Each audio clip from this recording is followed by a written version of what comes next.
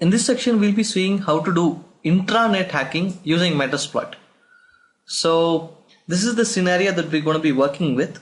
So the attacker is on the internet over here. He has a public IP address, and there is a Windows XP computer which is also connected to the internet, but there is a Windows XP 2 computer over here which is only connected to the local internet, and the Windows XP over here is connected through LAN to this computer. So attacker cannot directly access this computer, but his end objective is to get some information from this computer. So what he's going to do is that let's see how he's going to get inside. So the attacker is going to use the internet in order to hack this Windows XP, and once that is done, he is going to pivot from this computer and go through the LAN and control this. So let's see how that's going to work. So let's see how he's going to hack into the first XP computer. So he's going to use an attack called browser autopon, and this generates a web page and it will load all available exploits that are available for web browsers, and if it is successful, then the attacker will gain access into the target machine, and this is the command for using it. We're going to give use space AUXILIARY auxiliary /server /browser_autopon, and you have to set the server, you have to configure the server. So you're going to give set SRV host, and that is the IP address of the attacker, and we're also going to get set the L host, and that is also set L host space the IP address of the attacker.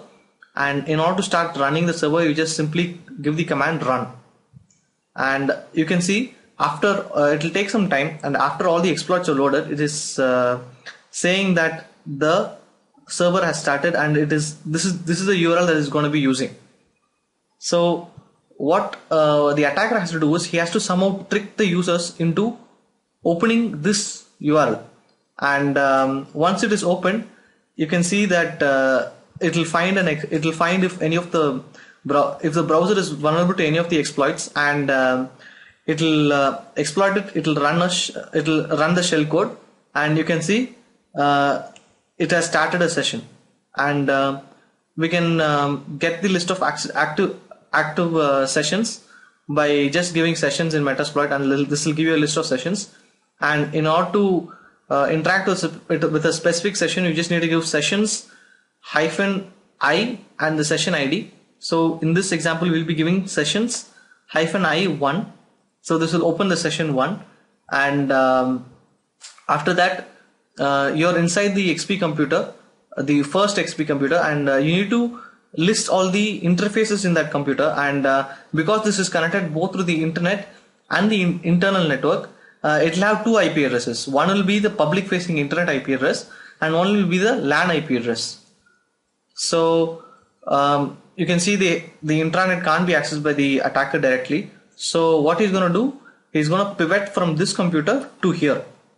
So first he has to find all the computers in that local subnet.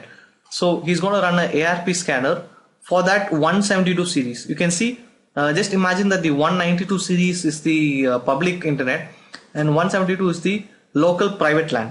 So he's going to run an ARP scan, and this will give the different machines in that network. And after that, what he's going to do is he's going to route all the packets that are sent from the attacker's machine to the compromised XP machine. It will be sent to all the machines in the network. So what he's going to do is run space auto route -s the subnet mask and then the net mask. So what he's going to do is run auto route. He's going to give the LAN's subnet mask, which is 172.16.1.1, and he's going to give this net mask that will be 255.255.255.0, and this will forward all the data that is being sent from the attacker to the entire subnet. So this is how you do a port scan on the intranet. So we can use the auxiliary for port scan over here. So it's simple as use auxiliary scanner /port scan /TCP, and you can set the rhost and you can set the ports, and it will run the scan. So here you're going to check if the port 445 is open, and you can see in one of the machines in the intranet, port 445 is open. So we've already seen that we've already seen a lot about this exploit over here, the MS08067 net API exploit. So what we're going to do is we're going to use this exploit. We're going to set the R host as the computer that we found has this 445 port open. So we're going to set R host, and we're going to set the payload as the Msfpayload bind TCP payload, and we're going to give exploit. So after you've exploited and you've gotten a Msfpayload session, we're going to do a port forward, and we're going to first give port forward space add. We're going to give the attacker's IP, and we're going to give the attacker's port. We're going to give the target IP, the target port, and what is happening over here is after he has given the port forward, the attacker is able to access a internal website that is only available to the victim. He is able to access it from his computer.